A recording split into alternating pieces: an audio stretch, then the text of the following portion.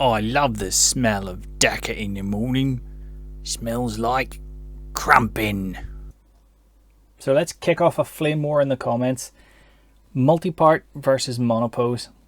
Because half of me loves and half of me hates the monopose kits.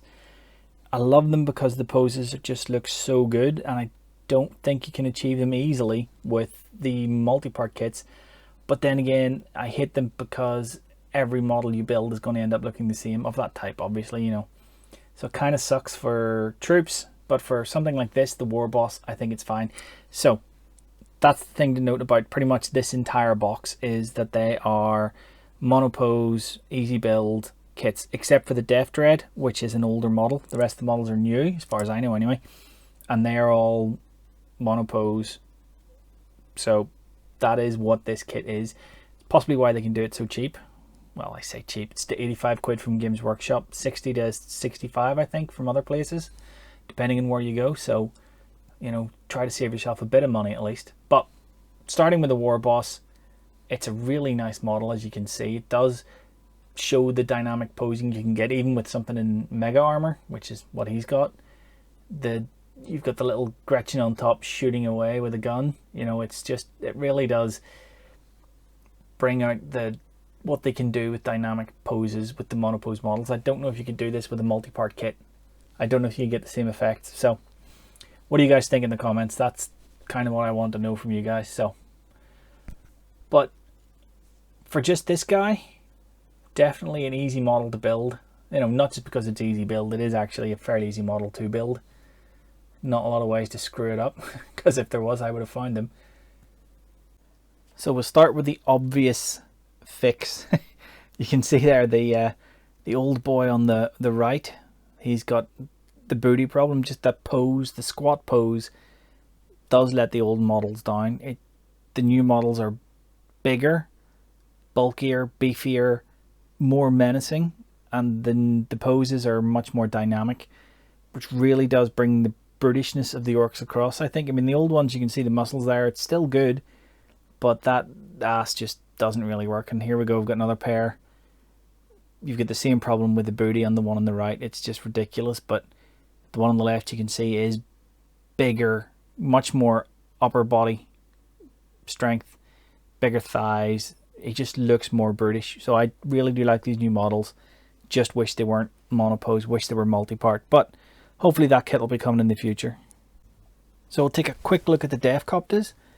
Really nice models, really easy to build, lovely detail. Now, easy build kit like the other ones, so press fit. I did use glue just because I use glue for everything. So, I mean, you can see here, there's the second one. Again, looks just perfectly orky, so you gotta love it. I don't know why he's carrying like a big chopper. It just seems a bit ridiculous, but it's orcs. It should be ridiculous, otherwise it's not orcs. And again, for the third guy, loads of missiles up front, or sorry, rockets with Ks. But I really can't fault these models. Really can't. Nice models. So for those wondering, yes, you have a bit of customization for your knob. You can either have the empty hand or the power claw for the left arm. You can have the axe or the pistol for the right arm, and that's pretty much it. Oh yes, you've also got your head swap option. Other than that, that's all the customization you get with this, and the two arms are in identical poses for left and right, so not that much customization, but I mean, it'll do the job. You know, you could build one squad with one and one squad with the other, so that'll have to do you. And then we've also got our heavy weapon option, so you can have the, is it a heavy Dakka cannon? I don't know what it is, but the big heavy gun or the rocket launcher. So no other options for these guys, no head swaps, no nothing, but that is what it is. I mean, it is a very monopose kit, so hopefully if they ever go to sell it, it'll either be really cheap or they'll release a full multi-part kit and just leave this in the combat patrol, which I would be fine with. This is fine for a combat patrol. And we're going to go back to the boys for the conclusion, because this is really where the big difference in this kit is. I mean, Deffkoptas, cool, Warboss and Mega Armour, cool, but new Boyz, that's where it's at. I think Orc players have been looking for these for years, just to replace the booty issue. But, you know, I mean, it is the drawback of monopose models.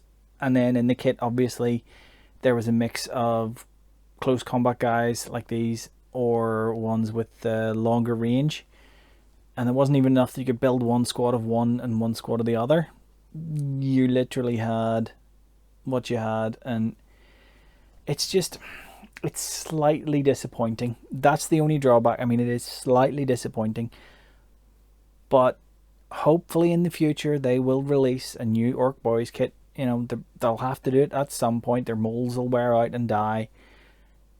And whether or not it's just going to be this kit in the box, you know, or if it's going to be a brand new Boyz kit. And I really hope it's a brand new Boyz kit like this one. But I don't know. I don't know. What do you guys think? I mean, literally not what you want, but what do you think they will do? Because it's Games Workshop and you're just never quite sure. They like to milk their old models for as much as they can get out of them. But, you know, I'm happy enough with it. You know, as someone who doesn't really play orcs but loves orcs because they're so awesome, and is starting a small orc army just from picking up various boxes down the years. So I'm happy enough with these. I do like these boys. And it is nice to see Games Workshop releasing a new Boyz kit, even if it is monopose and only available in the Start Collecting box. But hopefully we'll get new Boyz at some point.